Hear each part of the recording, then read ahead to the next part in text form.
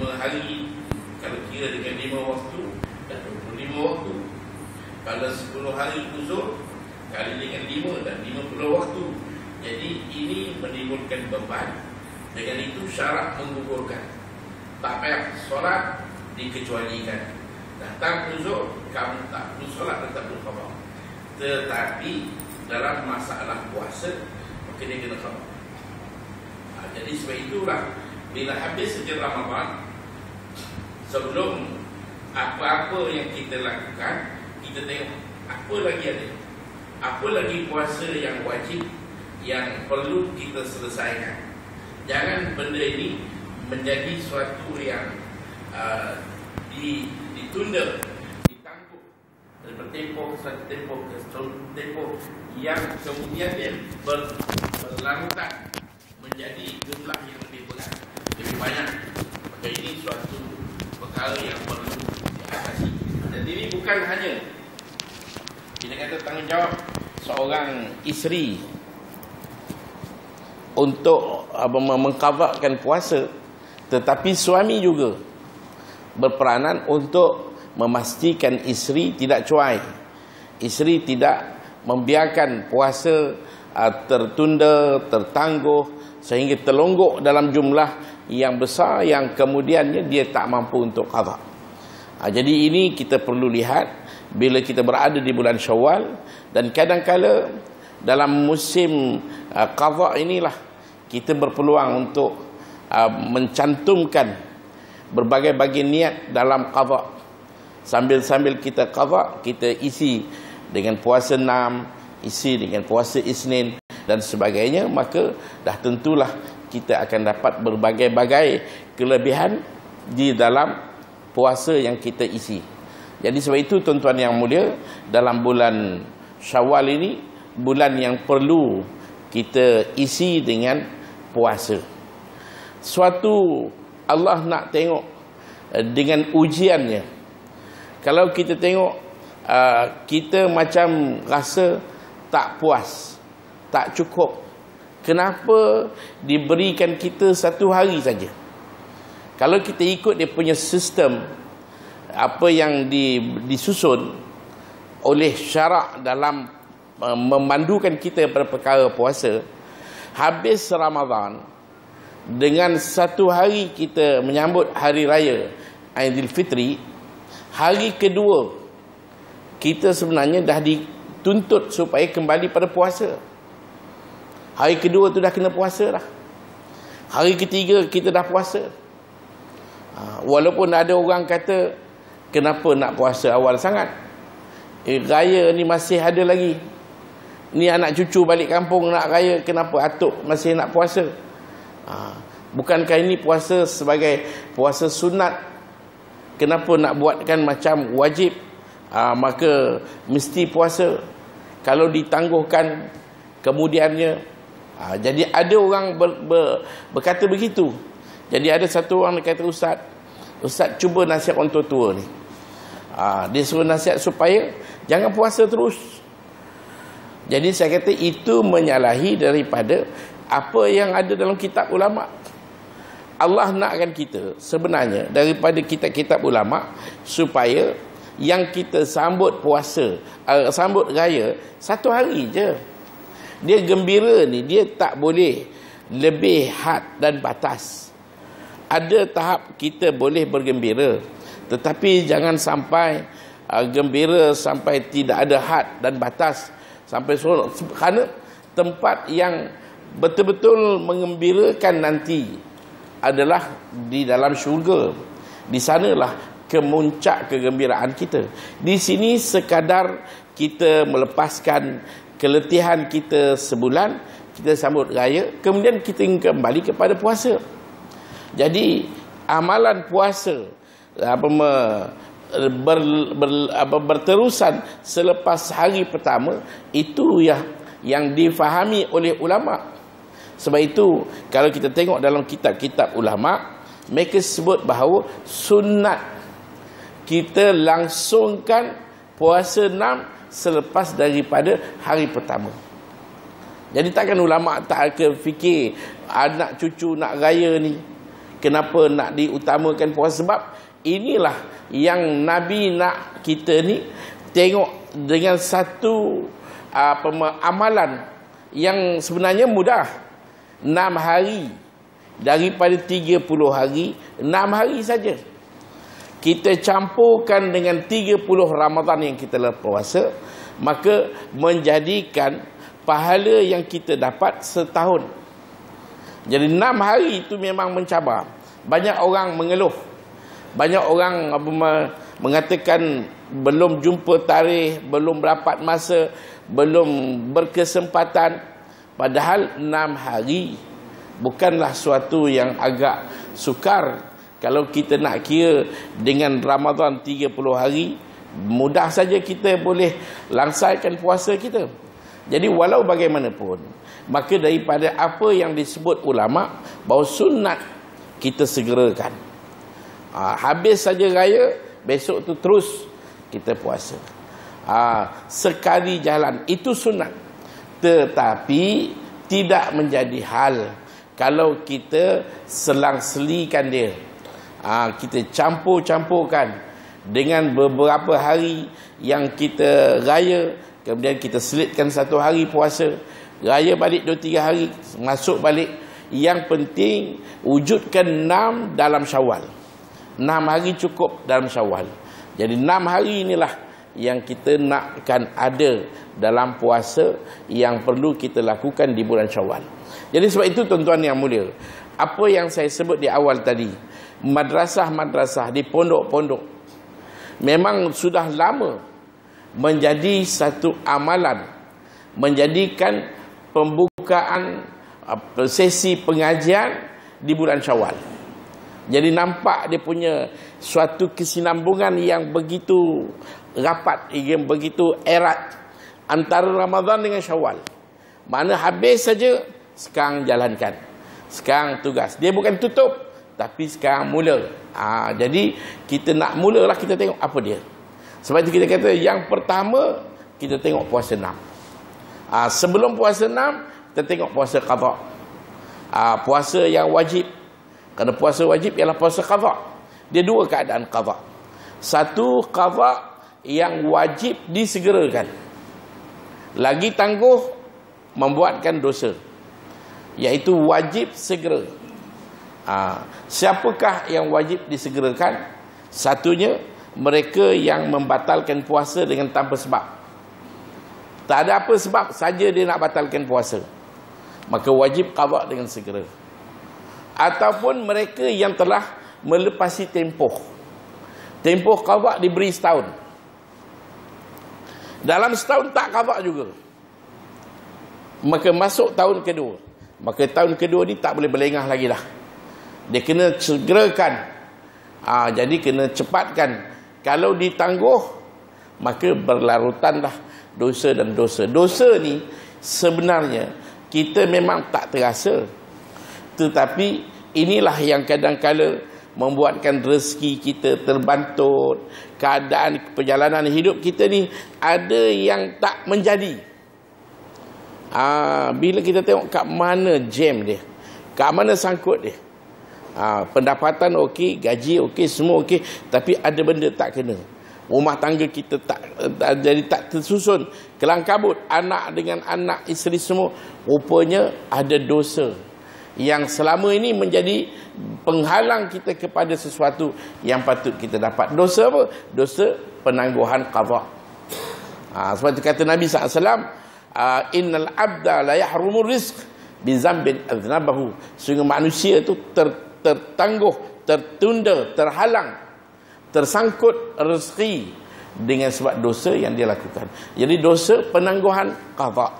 Kerana tempoh diberi daripada Ramadan sampailah kepada Syaban. Awak qadha, terutama bagi orang perempuan yang datang haid. Dia sebenarnya tak ada masalah. Kalaupun 10 hari dia tak puasa, 10 hari ni dia boleh qadha dalam 10 bulan. 1 bulan ambil 1 hari, 1 bulan 1 hari, selesai. 10 bulan selesai. Tetapi memainkan dia kadang-kala leka, cuai, dan suami tidak berperanan, maka akhirnya benda itu bertimbun. Benda tu menjadi, sampai saya selalu dapat panggilan, ada orang kata, "Ustaz, saya dah 20 tahun tak qada. Saya dah 10 tahun tak qada. Macam mana?" Berapa lama? Sekian banyak hari.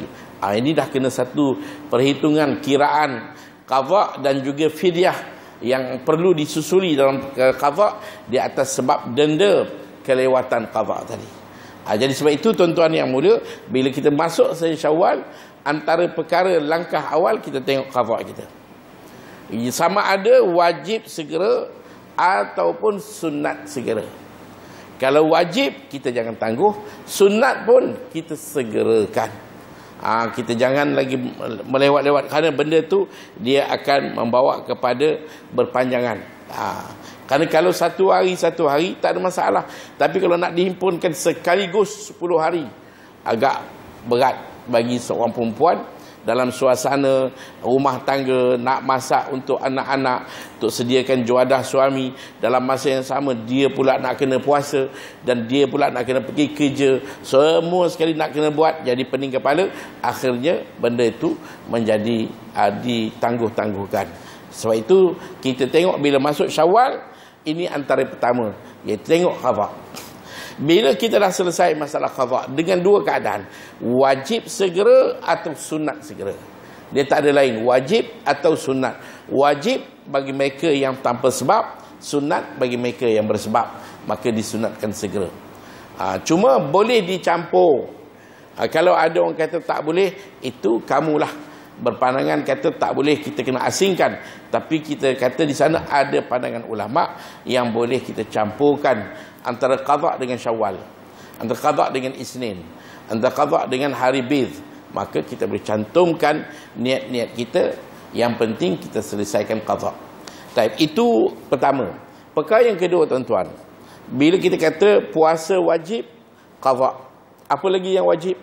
Kalau ada di sana kafarah, maka wajib. Kalau di sana ada nazar, maka itu juga wajib. Kalau ada fidyah, kalau puasa yang kes kita dalam melaksanakan ibadat haji, ada yang kita kena dam yang berbentuk puasa, maka selesaikan. Itu puasa wajib.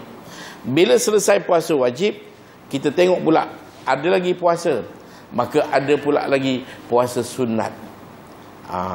Sementara nak datang Ramadan, ada puasa-puasa sunat di dalam bulan-bulan yang kita lalui ini.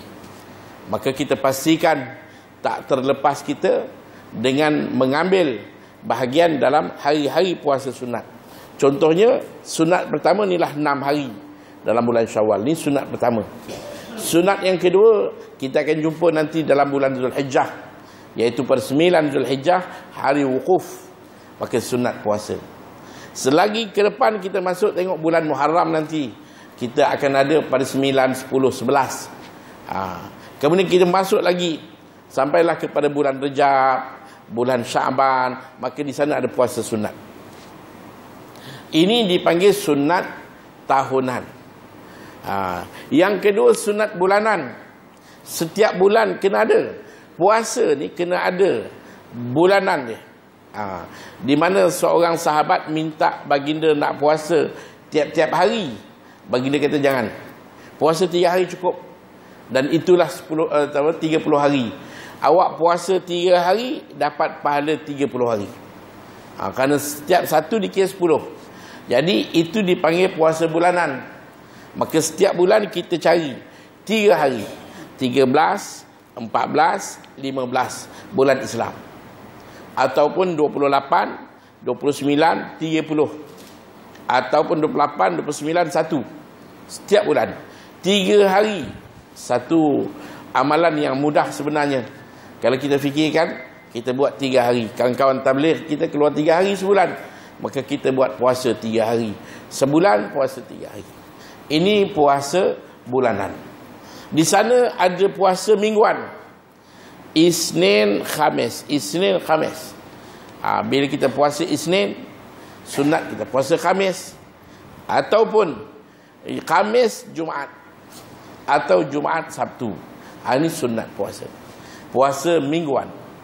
Ataupun di sana ada puasa yang disunatkan dalam bentuk harian. Mana puasa 1 hari, berhenti 2 hari rehat. Hari ketiga sambung balik puasa. 2 hari rehat, kemudian sambung balik puasa. Mana diselang-seli dengan 2 hari. Ataupun yang paling tinggi sekali ialah puasa Nabi Daud, iaitu puasa yang diselang-seli dengan 1 hari. 1 hari puasa, besoknya tidak. Lusanya puasa, hari berikutnya tidak. Itu puasa Nabi Daud alaihi salatu wassalam, yang dikatakan sebaik-baik puasa, puasa Daud alaihi salam. Jadi tuan-tuan yang mulia, ini adalah program puasa yang kita perlu tengok dalam hari-hari yang kita akan lalui sehinggalah kedatangan Ramadan yang akan datang. Baik, itu yang kedua, puasa sunat. Yang ketiga ialah puasa makruh.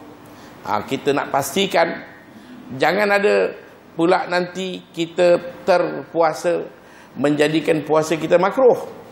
Maka ini tak ada untung dia. Maka apakah puasa makruh? Puasa makruh ni pertama ialah makruh kita puasa pada hari Jumaat saja.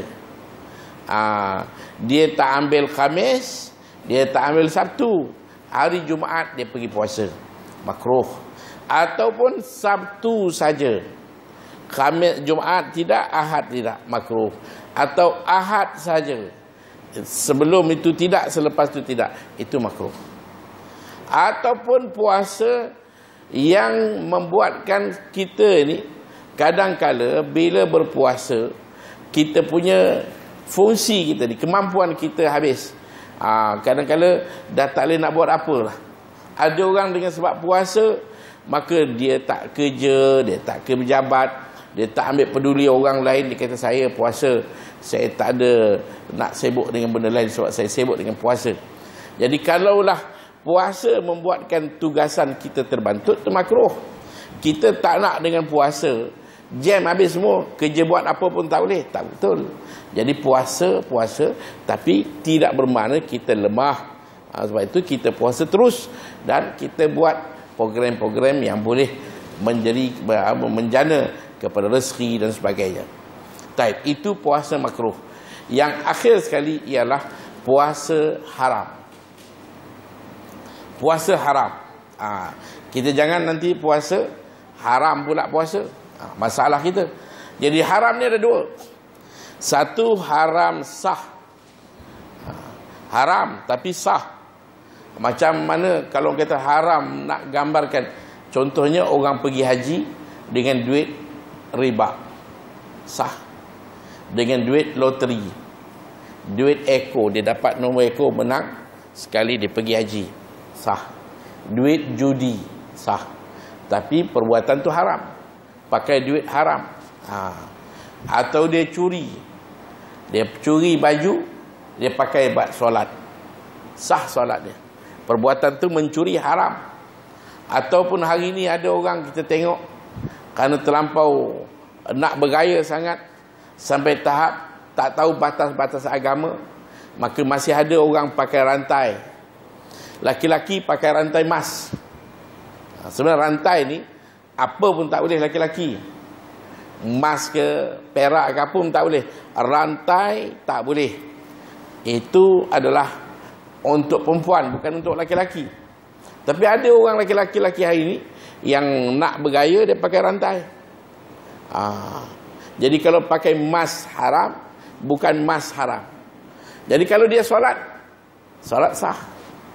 Ada juga orang pakai gelang, gelang emas. Orang laki-laki tak boleh. Ataupun hari ni jam. Jam ni ada jam yang mahal, yang mana ada alat-alat di dalam jam ni daripada emas.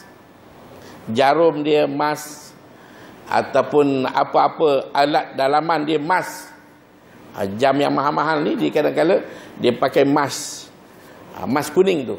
Maka itu tak boleh. Orang laki-laki ni tak dibenarkan emas sama sekali. Jadi kalau dia pakai macam tu, dia solat, solat sah. Dan benda tu bukan najis, tetapi haram. Laki-laki tak dibolehkan. Kerana emas ni dia untuk perempuan. Sama ada pada subang, pada rantainya, pada gelang tangan, pada gelang kaki. Ini orang perempuan dia boleh pakai. Tapi kena jagalah jangan sampai kelihatan aurat. Jadi orang lelaki tak boleh pakai. Kalau lelaki pakai, hukum dia haram. Dan solat dia macam mana? Solat sah. Jadi macam tu juga puasa haram tapi sah. Puasa haram sah ni ialah puasanya seorang isteri akan puasa-puasa sunat tanpa mendapat keizinan suami. Orang perempuan kalau dia nak puasa, kalau puasa sunat kena dapat izin suami. Kalau suami membenarkan awak nak puasa, puasalah. Besok Isnin, maka tak ada masalah. Tapi kalau tanpa izin, tak boleh. Kalau dia tahu suami dia tak izinkan dia, kebetulan suami pun itulah hari cuti dia, seminggu kerja, hari Isnin cuti, balik hujan lebat, isteri kata, bang saya puasa. Ganggu suami, terganggu, jam program dia. Kata awak macam mana puasa, tak minta izin, tak boleh. Jadi syarat awal lagi dah tak membenarkan dia. Sebagai dia isteri, orang perempuan macam mana pun, apa kedudukan jawatan dia, kena ingat bila dia dah terima diri dia sebagai isteri, maka suami adalah orang nombor satu. Walaupun di sana bapa ada, walaupun di sana ada ibu, tapi tak boleh lebih dengan suami dia. Dia kena dengar suami, dia kena taat suami. Perintah suami lebih daripada mak dan bapa. Dia tak peduli pun mak dia. Mak panggil dia buat tak dengar, bapa panggil ke sana, suami dia ada di sana. Itu keadaan. Dia tak boleh membelakangkan suami. Sehingga kan kita tengok masalah puasa ni, bukan nak buat apa, nak puasa kena minta izin. Ini kan nak pergi pasar, nak pergi sana, nak pergi sini, kadang-kadang bukan minta izin, dah balik baru dia beritahu. Awak pergi mana? Saya dah balik dah. Mana pun dia tak beritahu. Kadang-kadang dia suruh suami pula minta izin. Oh, abang keluar tak minta izin, suami pula nak kena minta izin. Dunia dah terbalik.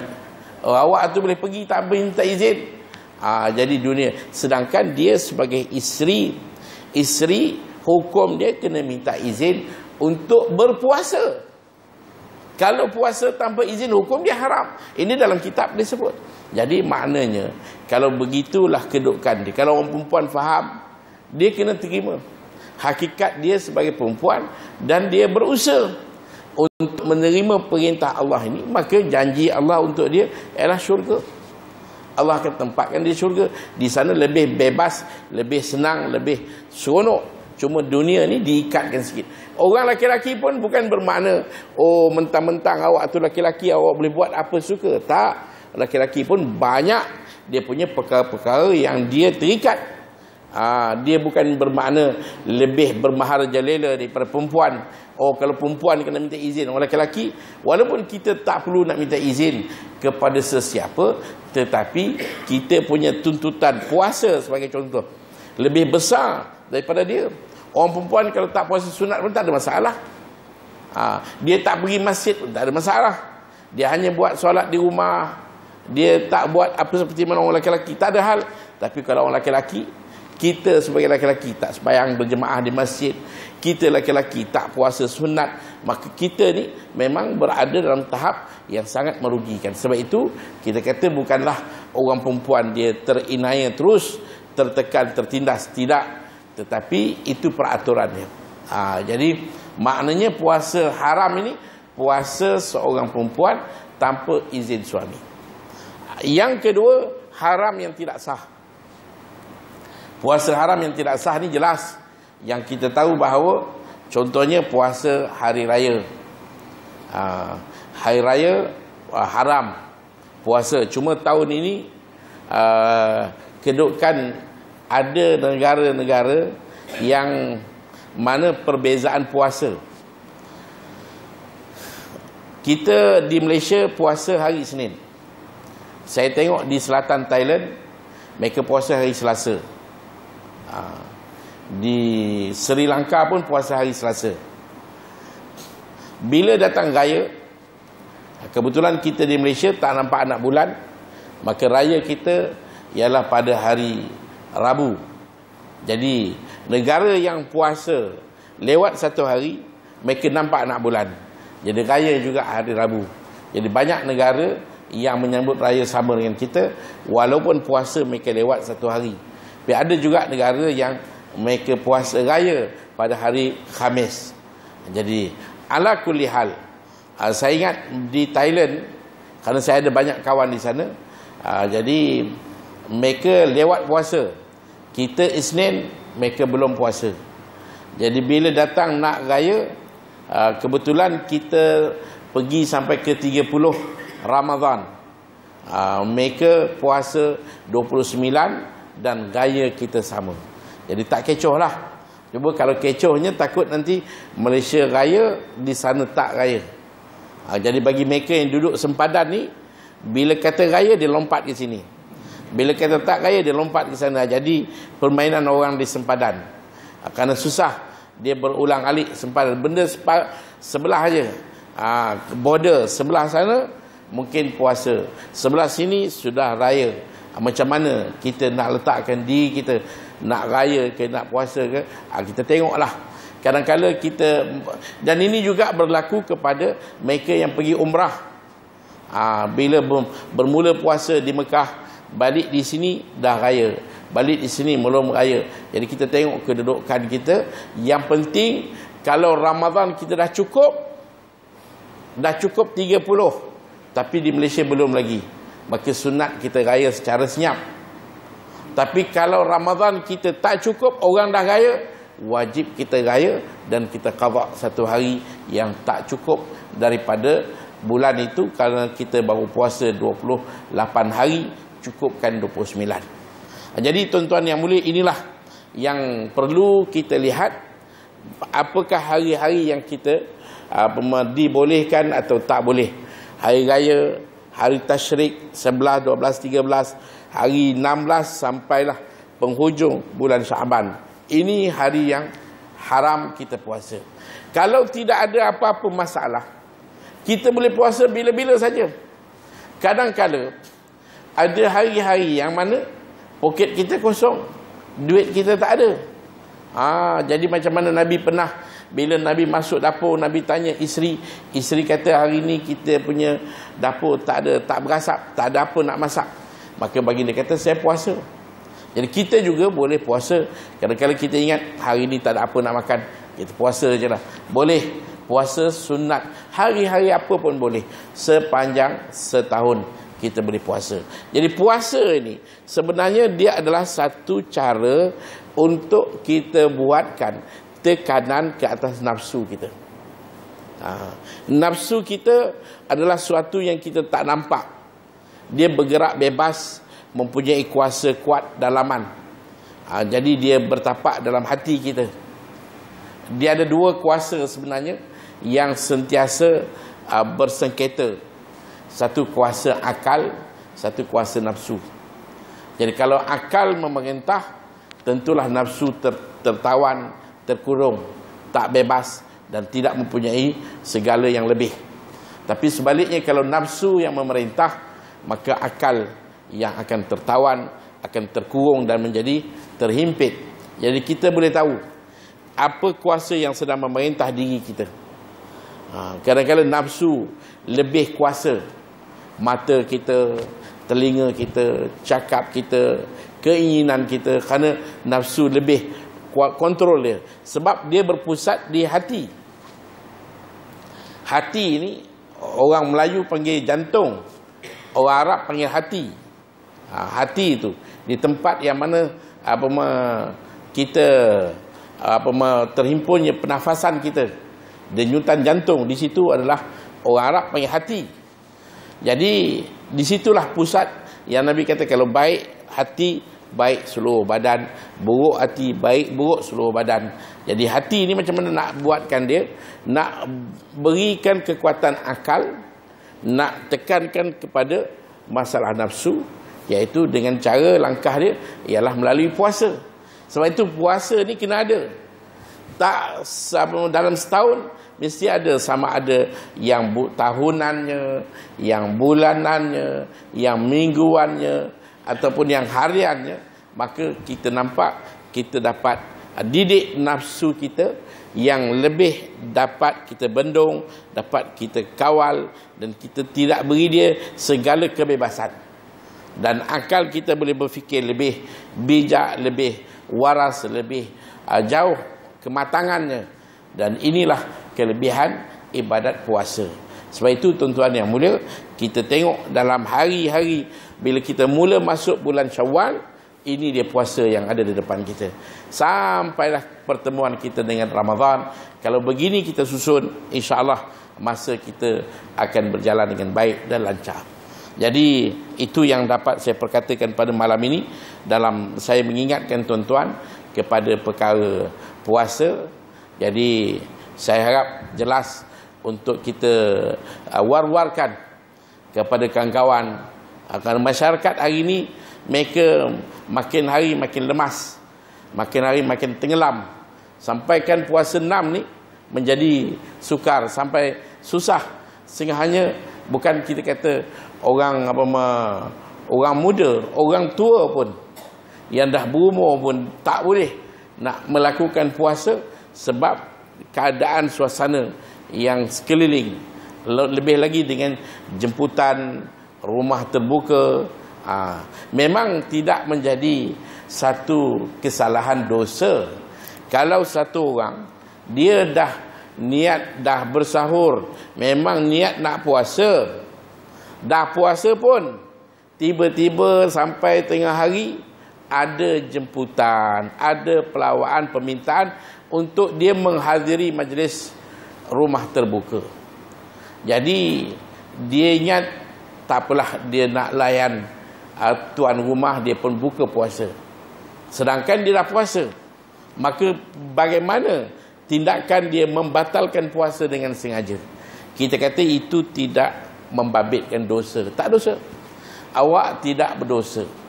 Cuma beza dengan mazhab lain, dia wajib qadha. Mazhab Hanafi wajib qadha. Kalau dah puasa, walaupun puasa itu sunat, kita mulakan saja, wajib sempurnakan. Kalau tak sempurna, kena qadha balik.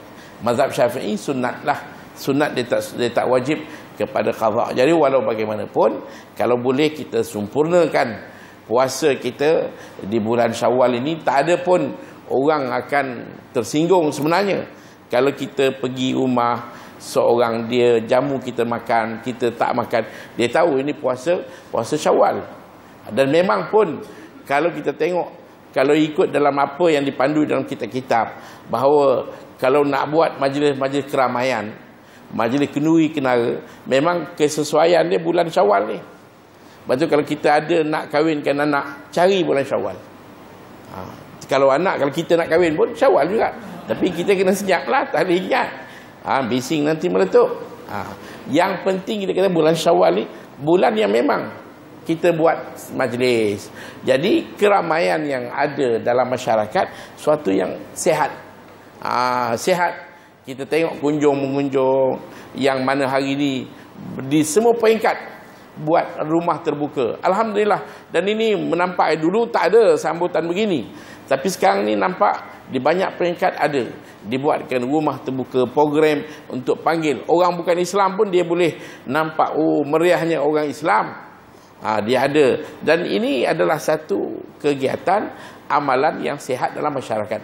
Cuma bagi kita yang belum puasa, kita jangan nanti kerana nak melayani kerana rumah terbuka kita tak puasa.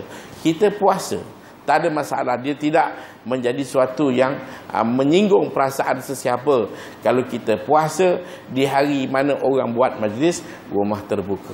Kehadiran kita kadang-kala dah cukup menimbulkan rasa senang hatinya kawan tengok kita sampai, walaupun kita tak makan.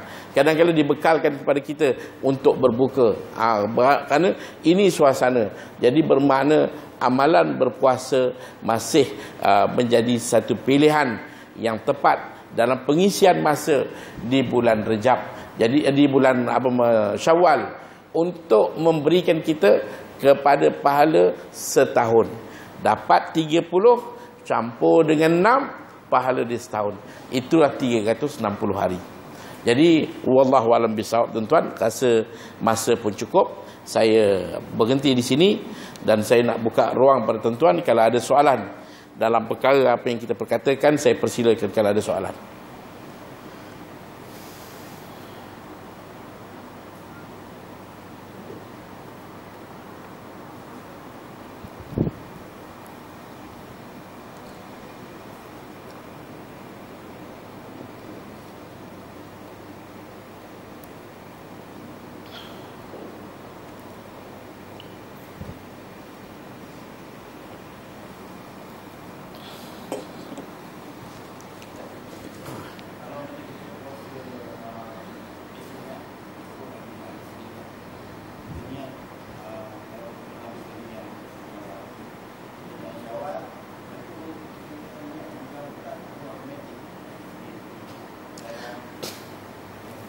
Kalau besok hari Isnin, maka bulan Syawal ni dia akan jadi automatik. Kita niat qada sebagai contoh. Katakanlah kita ada qada, kita niat qada, automatik dapat pahala Syawal. Cuma kalau Isnin kena niat lah. Isnin kena niat Isnin. Kalau 20, dia kalau 28, 29, 30 itu dipanggil hari bid, hari sud. Yang paling kurang pun besok kita kata hari Isnin, maka kita boleh niatkan Isnin, kita boleh niatkan Syawal, dan kita boleh niatkan qada. 3 dalam 1. 3 makna kita niat, dan dalam kitab disebut kalau niat qada dah memadai untuk kita mendapat pahala Syawal. Jadi kita tambahlah niat hadir dalam hati kita saja ke puasa besok sunat Isnin. Jadi Isnin pun dapat. Qada ni kena niat malam. Macam sekarang kita niat saja ke puasa besok hari qada Ramadan. Kemudian dengan automatik, kerana benda tu berlaku di bulan Syawal, Syawal pun sekali dapat. Jadi kalau jumlah Syawal kita kata 6, itulah hari ke-6 dia, maka selesailah Syawal kita. Dapat 3 dalam 1. Ini satu kelebihan yang kita boleh buat. Bagi mereka yang belum, dia carilah waktu-waktu yang macam ini untuk dia dapat kelebihan dalam melakukan puasa.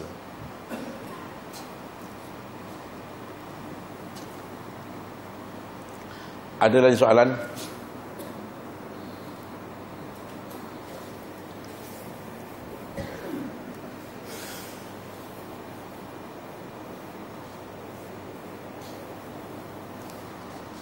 Nampak tak ada apa soalan. Jadi saya rasa jelas untuk muzakarah kita pada hari ini. Dan insyaAllah kita jumpa lagi dalam muzakarah kita berikutnya, insyaAllah pada setiap bulan pada minggu keempat. Dan seperti biasa, saya dengan tajaan madrasah saya ada bawa tabung kat belakang sana. Saya minta lagi sumbangan tuan-tuan yang mana tiap-tiap bulan saya datang ke sini. Alhamdulillah, tak ada yang mengecewakan. Tuan-tuan dapat bagi pada saya, tak banyak sikit pun sumbangan ada daripada tuan-tuan. Dan saya minta tuan-tuan boleh teruskan menyumbang untuk madrasah, kerana saya dah ada 10 cawangan tahfiz yang saya buat sekarang ini. Jadi insyaAllah sumbangan tuan-tuan ni akan memberikan faedah untuk anak-anak belajar daripada dalam dan luar negara. Dan akhir sekali, sebelum saya tutup majlis, saya lupa, saya nak minta pada tuan-tuan satu bacaan Fatihah sebagai hadiah dan doa untuk anak saya. Saya baru dapat anak. Anak lelaki, kalau nak kira daripada jumlah, yang ke-17. Jadi kalau laki-lakinya dia yang ke-10. Jadi baru lahir pada minggu lepas. Alhamdulillah, mudah-mudahan sihat dan baik dunia dan akhirat, dan juga isteri saya. Jadi saya minta doa daripada tuan-tuan supaya kita dapat sama-sama baca Al-Fatihah. Al-Fatihah.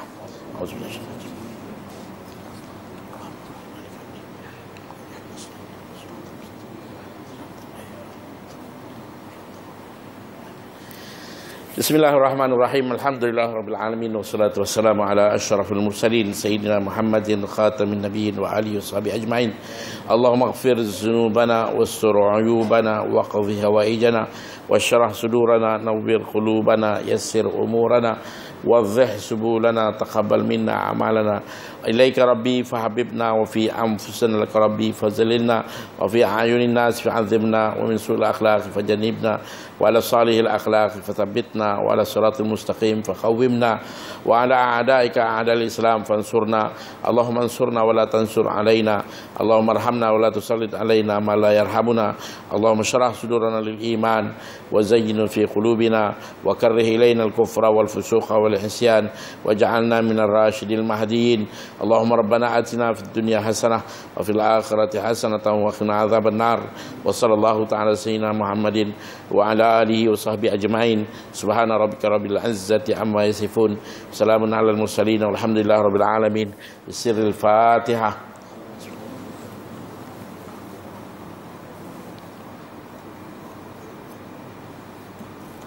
Sekian wabillahi taufiq wal hidayah. Assalamualaikum warahmatullahi taala wabarakatuh.